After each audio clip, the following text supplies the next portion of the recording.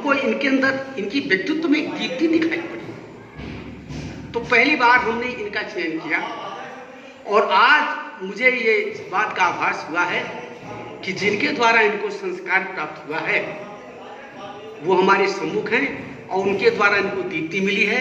हम उनको सबसे पहले साधुवाद देना चाहता हूँ और दीप्ति को इसके बाद साधुवाद इस रूप में देता हूँ। मैंने एक अपनी गीत में 2 लाइन लिखा था बहुत पहले, लेकिन हमने सोचा था कि शायद ये मेरी कल्पना सार्थक होगी कि नहीं। वो लिखा था, सांस की हर कड़ी में वेदना की सख्त, सांस की हर कड़ी में वेदना की सख्त, अश्रु सरिता बही बिंदु को जोड़कर। कविता की सार्थकता तब होती है जब संवेदना बिंदु को जोड़ करके अश्रु सरिता बह जाती है, जिसका बिल्कुल जीता जागता दिग्दर्शन आज दिव्य दीप्ति की कविता में हुआ है। इसलिए इनको मैं पुनः धन्यवाद देता हूँ। ये कोरोना के बाद शायद बहुत दिन बाद ये कार्यक्रम हुआ है और ऐसे समय हुआ, आज कार्यक्रम की सफलता इसलिए भी है कि ये मलमास चल रहा है। इसको अधिक मास भी कहते हैं। मलमास क्यों कहते हैं? मल माने होता है गंदगी, गंदगी का मास, इसलिए कि ये 12 महीने के बाद एक अधिक मास है और 12 महीनों की सारी कलुषिता जो है, कटुता होती है, गंदगी होती है, उस मास में आती है।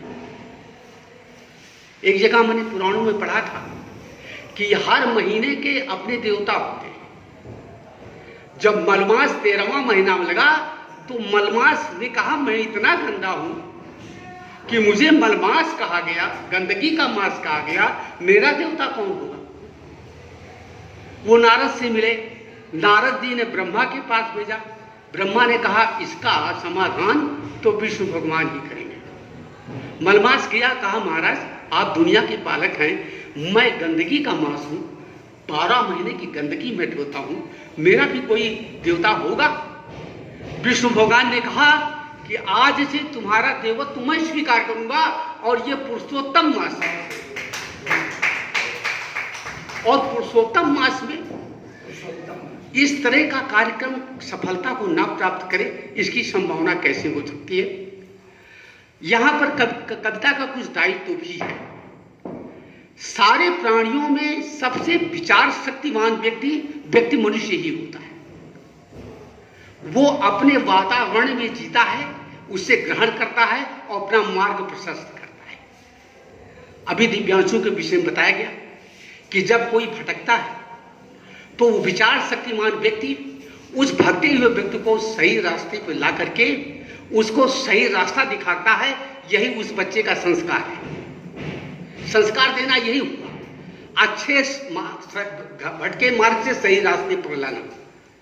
तो आज ये मलमास हमें ये निर्देश देता है कि हम साहित्यकारों का कर्तव्य है कि समाज के जो भटके भूले हैं, जो मल में पीड़ित हैं, निर्दयी कर्म में व्यस्त हैं, अनाचार, दुराचार, अत्याचार, तमाम क्रियाओं में जो निंदित है उसमें व्यस्त हैं, उनके प्रति रचना लिखी जाए और उनको गलत मार्ग से सही दिशा में ला करके उत्तम से उत्तम बनाया जाए, यहां तक कि पुरुषोत्तम बनाया जाए।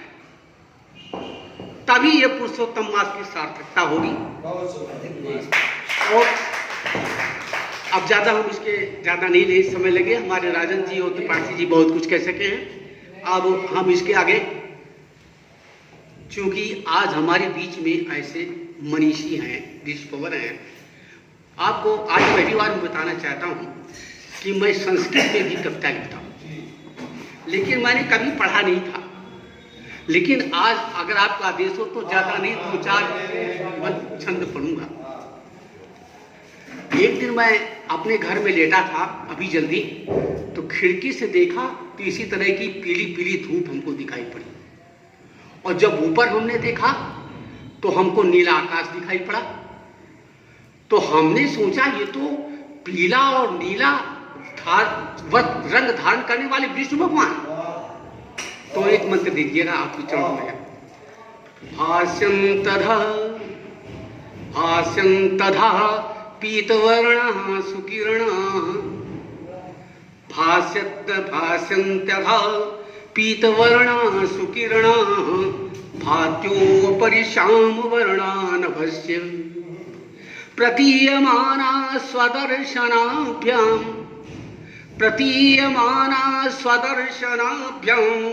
पीतांबरो भाति संसार हेतु पीतांबरो भाति संसार।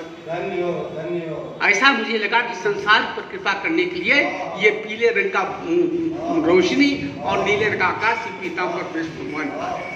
आगे देखिए, प्रातः प्रवाहे शीते सुवाते, प्रातः प्रवाहे शीते सुवाते तथा नदीनां कलकलरवे च।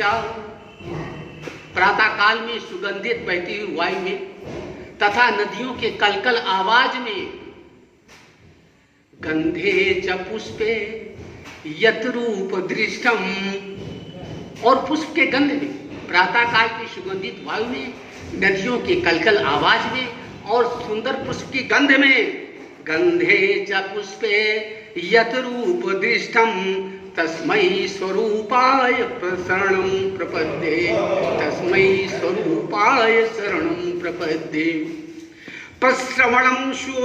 प्रश्रवणं सुसौम्यं वन प्रांतरेषु, प्रश्रवण कहते हैं झरना को, वन प्रांतस में जो झरना बह रहा है।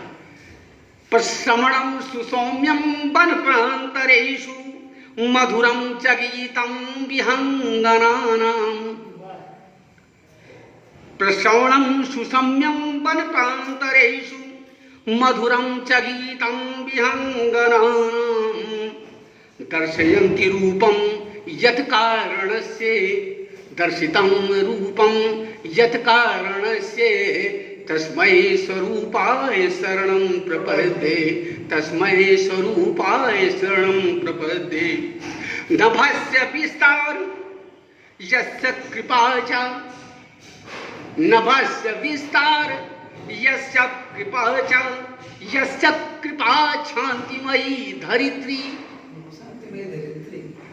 यस्य जिसकी कृपा से नभ का विस्तार, जिसकी कृपा से शांतमयी पृथ्वी। नभस्य विस्तार यस्य कृपा च, यस्य कृपा शांतिमयी धरित्री।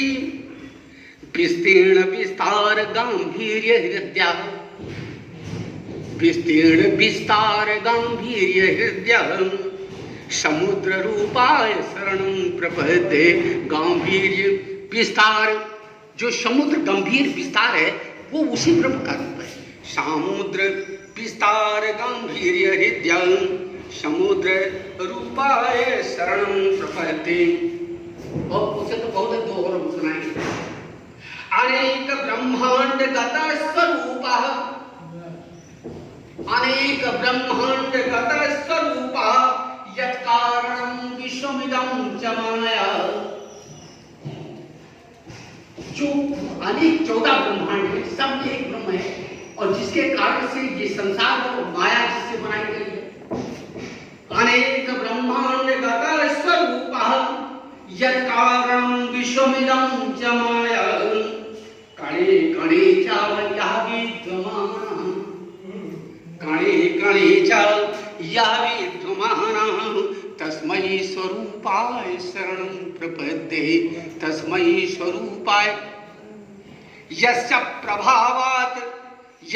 प्रभावात् उदेति सूर्यः, यस्य प्रभावात् उदेति सूर्यः यस्य सखासाद् भवाप्ययोहि। भव माने उत्पत्ति, अप्यय माने विनाश। जिसकी कृपा से सूर्य उदित होता है, जिसके कृपा से भव उत्पत्ति और विनाश होता है। यस्य प्रभावात् उदेति सूर्यः यस्य सखासाद् भवाप्ययोहि। यस्य प्रतिष्ठा जगत स्वरूपे, जिसकी जगत के स्वरूप में प्रतिष्ठा है। यस्य प्रतिष्ठा जगत स्वरूपे तस्मै स्वरूपाय शरणं प्रपद्ये, तस्मै स्वरूपाय शरणं प्रपद्ये। ये देववाणी से बिल्कुल आत्मा तृप्त हो गई, सच बता रहे देववाणी है। अब ये इनकी कृपा की, इन्होंने हम प्रेरित कर दिया। देववाणी। अब मैं एक गीत से केवल पढ़ूंगा त्रिपाठी जी। ये अभी 3 दिन पहले हमने लिखा था और इसको मैंने 12 बजे रात को लिखा था। कुछ हमको वेदना थी, मैं जाग गया तो भी कविता लिखेगा। सुनिएगा। कितना अद्भुत शोक का सागर, कितना अद्भुत शोक का सागर, ना डूबूं ना उतराऊं, ना डूबूं ना उतराऊं। कितना अद्भुत समुद्र में या तो डूबो या उतराओ, लेकिन शोक सागर में कितना अद्भुत शोक का सागर, ना डूबूं ना उतराऊं।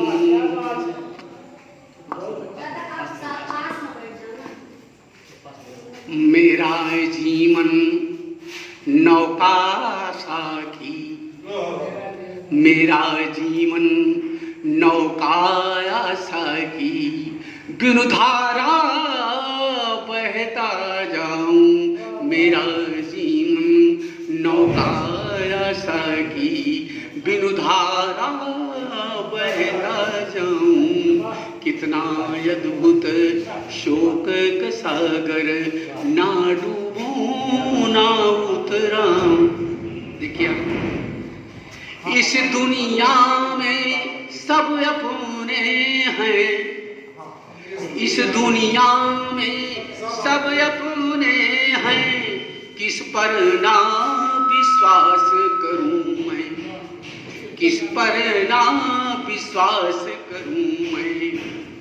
तुम ही मारोगे पीठ में खंजर, तुम ही मारोगे पीठ में खंजर, यह कैसे आभास करूं मैं। जब रात बिताई टोह लगाकर, जब रात बिताई टोह लगाकर, फिर दिन में क्यों दीप जलाऊं, फिर दिन में क्यों दीप जलाऊं। जब रात बिताई टोह लगा कर, फिर दिन में क्यों दीप जलाऊं।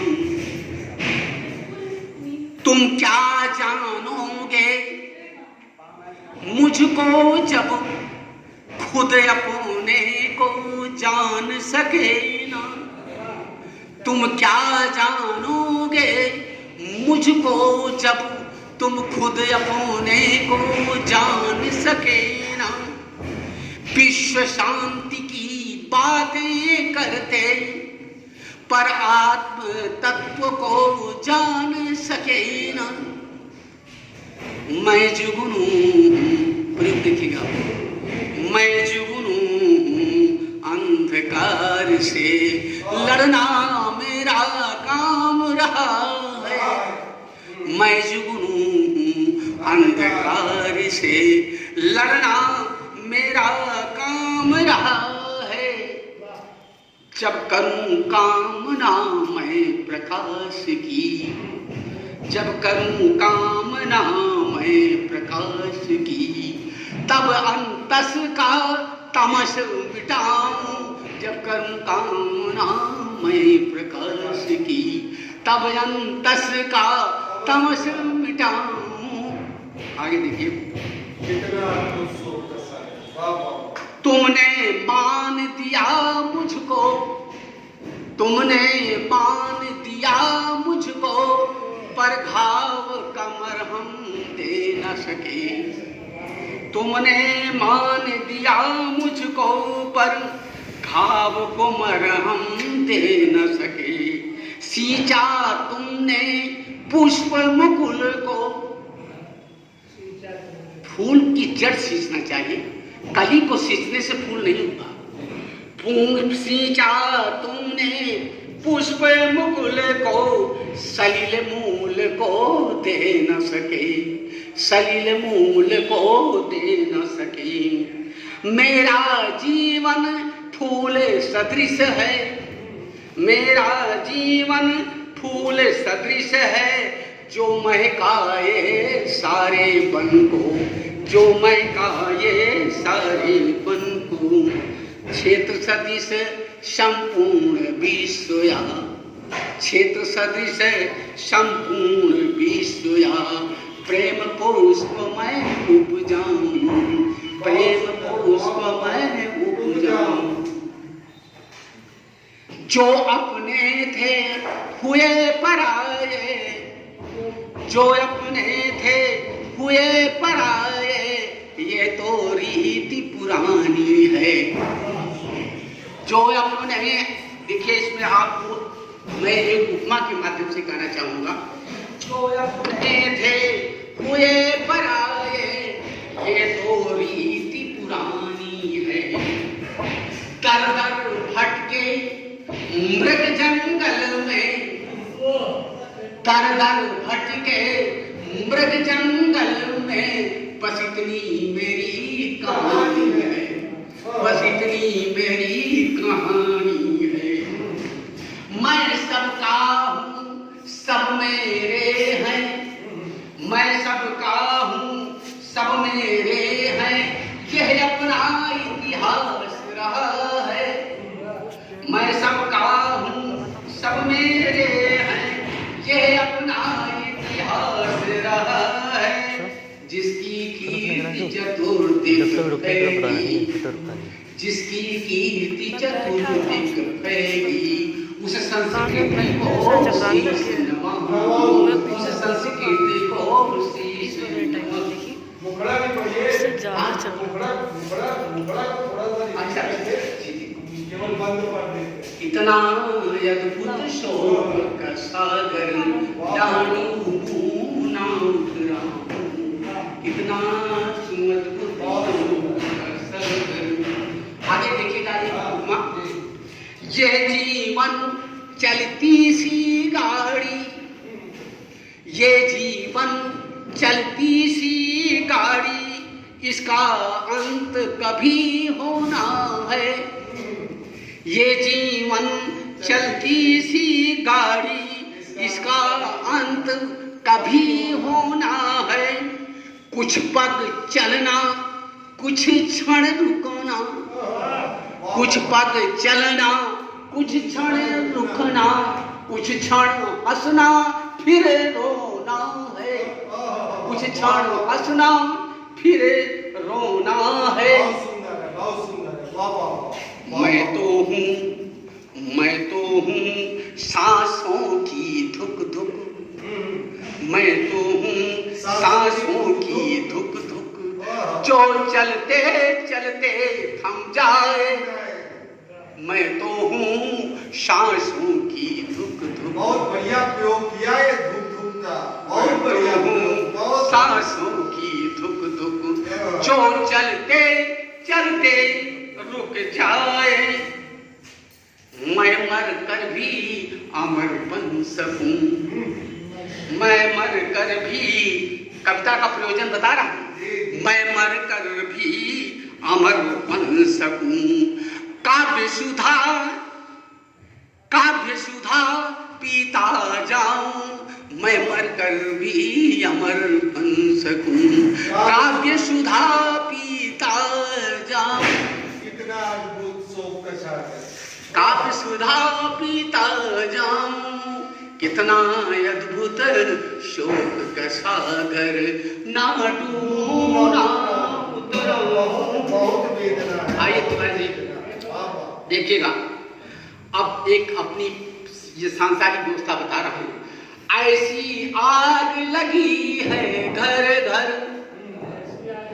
ऐसी आग लगी है घर घर, जो पानी से ना बुझ पाए। ऐसी आग लगी है घर घर, जो पानी से ना बुझ पाए। झुलस रहे हैं सारे प्राणी, झुलस रहे हैं सारे प्राणी, जिसकी लपटें कहर मचाए, जिसकी लपटें कहर मचाए। मैं चंदन हूँ, राधा जी लोग देखिएगा, मैं चंदन हूँ श्रेष्ठ चरित्र का, मैं चंदन हूँ श्रेष्ठ चरित्र का, मैं जलकर भी गंध ही दूंगा। मैं चंदन हूँ श्रेष्ठ चरित्र का, मैं सुंदर हूँ श्रेष्ठ चरित्र का, मैं जलकर भी गंध ही दूंगा। एक मैंने परिकल्पना की, जब तपती हुई गर्मी के बाद बरसात आती है, मैंने कल्पना किया तो बादल जब पानी बरसाने की चिंता किया होगा तो पहले बूंद निकलने की तैयारी नहीं किए होंगे। सबने सोचा होगा इस तपती हुई पृथ्वी पर गिरूंगा तो मैं भस्म हो जाऊंगा। अंत में एक बूंद ने कोशिश किया कि चलिए मैं मिट करके भी हरियाली जाऊंगा, और वो गिरा और वो तप करके नष्ट हो। उसके बाद एक बूंदे इतनी हरियाली आई, इस हरियाली में उस पहले बूंद का पानी। ये चिंतन हमारे आया। देखिए, मैं चंदन हूँ श्रेष्ठ चरित्र का, मैं जल कर भी गंध ही दूंगा। मैं बादल का प्रथम बूंद हूँ, मैं बादल का प्रथम बूंद हूँ, मिटकर भी हरियाली लाऊं, मिटकर भी हरियाली लाऊं। कितना अद्भुत शोक का सागर, ना डूबूं ना। आखिरी लाइन है, देखिएगा। हाँ ये अच्छा ठीक है। ऐसी आग लगी हर घर में, जो पानी से ना बुझ पाए, झुलस रहे हैं सारे प्राणी, पर बारिश के निकल न पाई। मैं चंदन हूँ श्रेष्ठ चरित्र का, मैं चंदन हूँ श्रेष्ठ चरित्र का, जलकर भी मैं गंध ही दूंगा। मैं बादल का प्रथम, जलकर मैं सुगंध ही दूंगा। मैं बादल का प्रथम बूंद हूँ, मिटकर भी हरियाली लाऊं। कितना अद्भुत शोभ का सागर, ना डूबूं ना उतराऊं। मेरा जीवन नौका आशा की, विधारा बहता जाऊं, विधारा बहता। धन्यवाद। आज हमारे कार्यक्रम का पूरी समापन होता है, और मैं आज अपने सारे कवि बंधुओं को धन्यवाद देता हूँ कि इतनी उत्कृष्ट रचनाओं से आज इस कार्यक्रम को सफल बनाया। संभवतः इस कार्यक्रम की अध्यक्षता करने में मैं परम गौरव का अनुभव करता हूँ। बहुत बहुत धन्यवाद आदरणीय वेदांती जी का। और मैं अब इसके बाद चाहूँगा कि मुझ पर भी करम